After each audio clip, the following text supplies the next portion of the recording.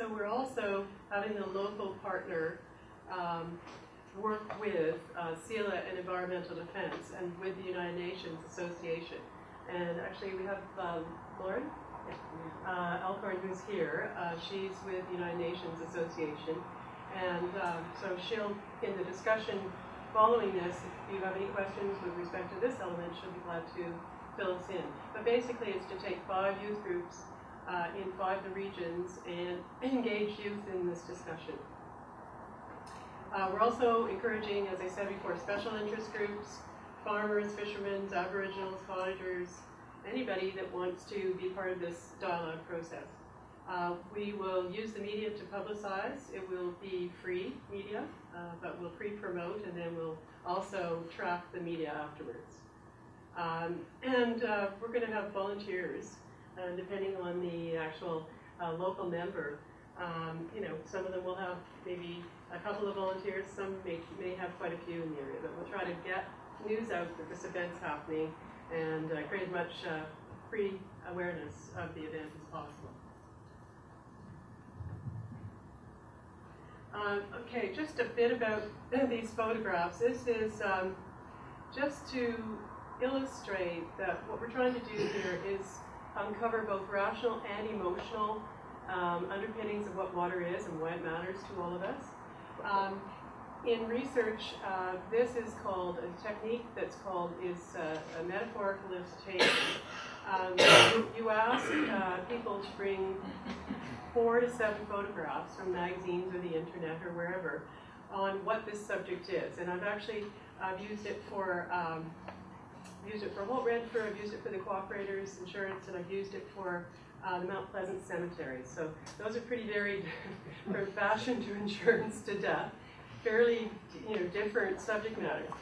But the underlying reason for asking people to bring photographs is they can tap into their subconscious and into their emotional being about what this subject is. So somebody could bring a photograph of corn growing in a field, and they'd say, okay, well, water feeds my family.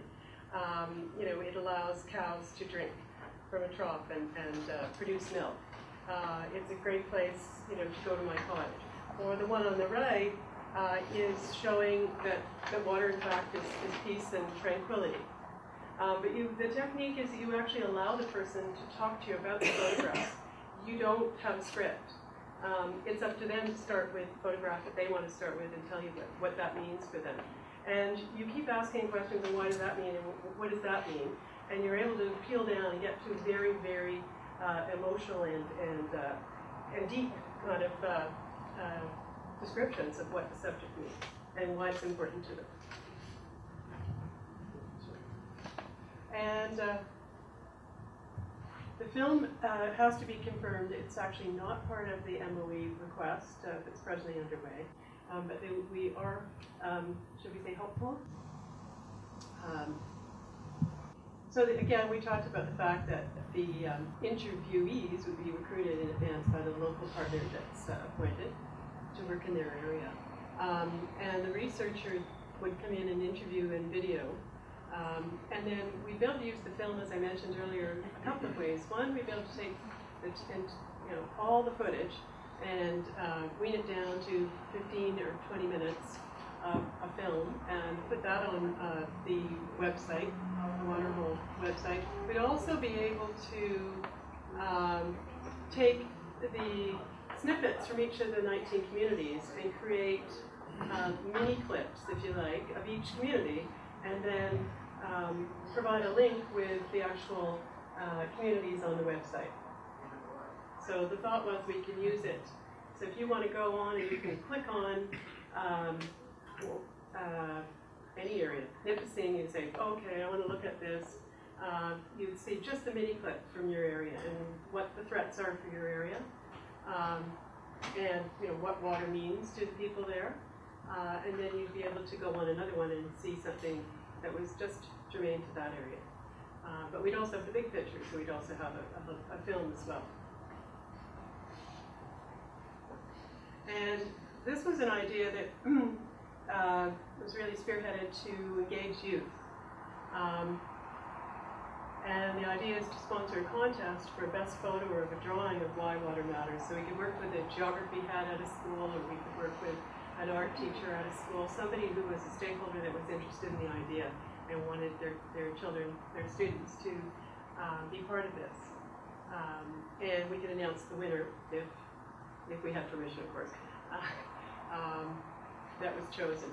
But we'd actually have the school choose the student rather than be involved in that. Okay, and then just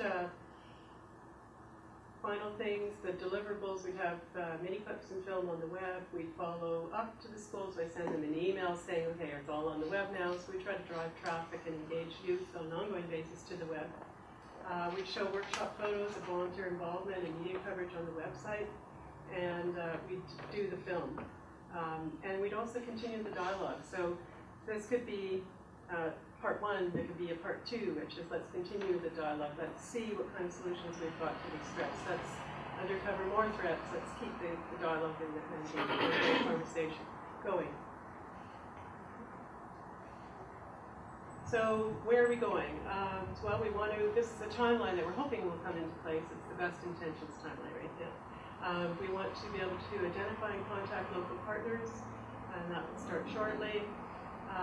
Then we would like to, we'll have the assessments due from the source protection committees in the second half of this year, as you know. We would start the outreach program from July of this fiscal, and then we would go on to February next fiscal. And we, in tandem with that, do the actual shooting of the film and the workshops. And we continue again, it's an iterative process, so we continue to have dialogue and outreach from 2010 onward.